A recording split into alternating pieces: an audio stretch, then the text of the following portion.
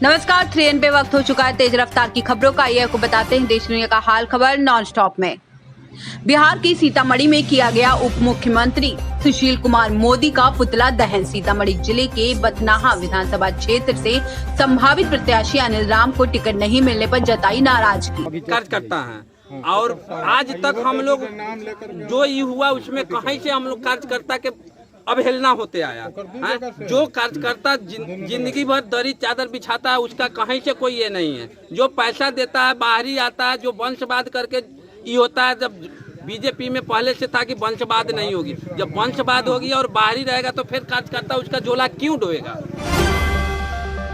पूर्व चंपारण में जिला निर्वाचन पदाधिकारी सह जिलाधिकारी शीर्षे कपिल द्वारा निकाला गया जागरूकता अभियान। सुगौली अनुमंडल पदाधिकारी प्रियरंजन राजू ने संयुक्त रूप से हरी झंडी दिखाकर रैली को किया रवाना। और सुगौली असेंबली कॉन्स्टिट्यूंसीज के निर्वाचन पदाधिकारियों के द्वारा यहाँ पे Bharat scout and guides and NCC के कैडेट्स के द्वारा स्वीप गतिविधियों के अंतर्गत जो है जागरूकता रैली आयोजित की गई है। रोहतास के नोखा विधानसभा सीट के नासिरगंज प्रखंड के थाना मोड़ पर महागठबंधन का चुनावी कार्यालय का उद्घाटन नोखा विधानसभा क्षेत्र के राजद प्रत्याशी अनीता चौधरी ने फीता काट कर किया उद्घाटन। मुजफ्फरपुर में नामांकन के दौरान उड़ी सोशल डिस्टेंसिंग की धज्जियां। नेताजी के साथ समर्थक भी भूल गए चुनाव आयोग की गाइडलाइंस। विधानसभा चुनाव को देखते हुए रोहतास जिले पुलिस काफस्तान ने चलाया वाहन चेकिंग अभियान। सीमावर्ती इलाके में दिखा असर। निष्पक्ष एवं शांतिपूर्ण मतदान के लिए भय मुक्त वातावरण हो, इसके लिए सघन अभियान चलाया जा रहा है, चेकिंग अभियान चलाया जा रहा है। पैसा कौड़ी पे भी नज़र रखा जा रहा है कि कोई पैसा से इधर उधर अमृत न कर दे और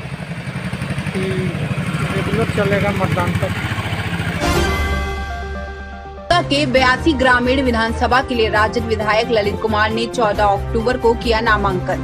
लगता है कि बिहार में किसी और अन्य क्षेत्र में हमारी सरकार नहीं रहने के बावजूद भी हम एक सजग जनता के प्रहरी होने के कारण, सजग हम एक जनप्रतिनिधि के होने के कारण बिहार में किसी क्षेत्र में जो विकास नहीं हुआ होगा हम उससे ज्यादा विकास किए।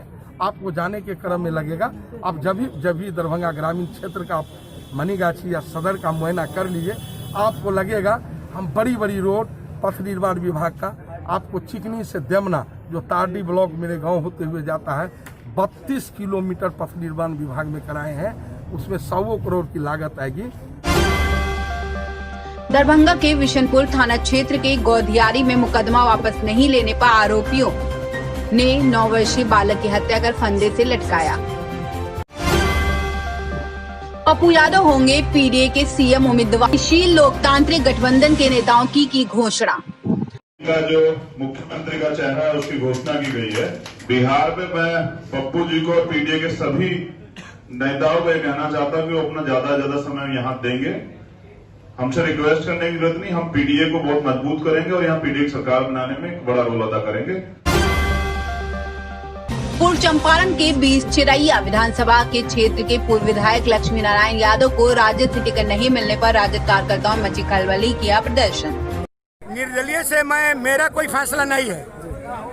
हम 20 बरस पार्टी में थे, 20 बरस पार्टी का सेवा किए और टिकट के लिए किसी को टिकट भी मिल गया, उसके लिए भी हम लोगों को हमको बच्चा जी को बुला के भी नहीं कहा गया कि पार्टी को मदद करना है। बगहा में यूपी के बीजेपी सांसद का बोर्ड और झंडा लगी गाड़ी को पुलिस ने रोका। आचार संहिता के उल्लंघन मामले में किया गिरफ्तार। बगहा में खाकी को शर्मसार करने का मामला सामने आया। रामनगर थाना में शराब के नशे में धुत एसआई ने दुकानदारों को पीटा। दुकानदारों ने लगाया अवैध वसूली करने का आरोप। रोज की तरह आज भी हम अंडा का दुकान चला रहे थे।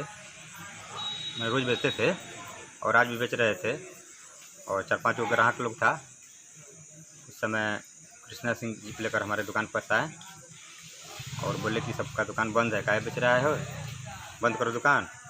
और अपने जीप के पास बुलाकर हमको मारने लगे और मेरा चश्मा उस पर गिरा दिए थे और बोले कि दुकान बंद करो।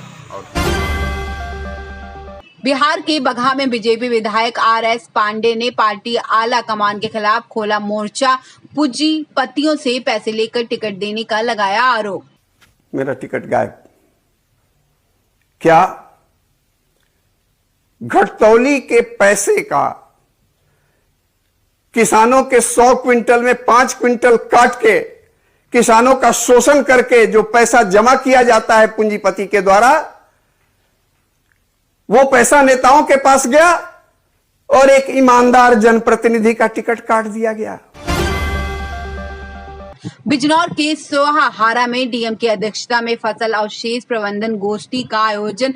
डीएम रमाकांत पांडे ने किसानों को खेतों में पराली जलाने को लेकर किया जागरूक।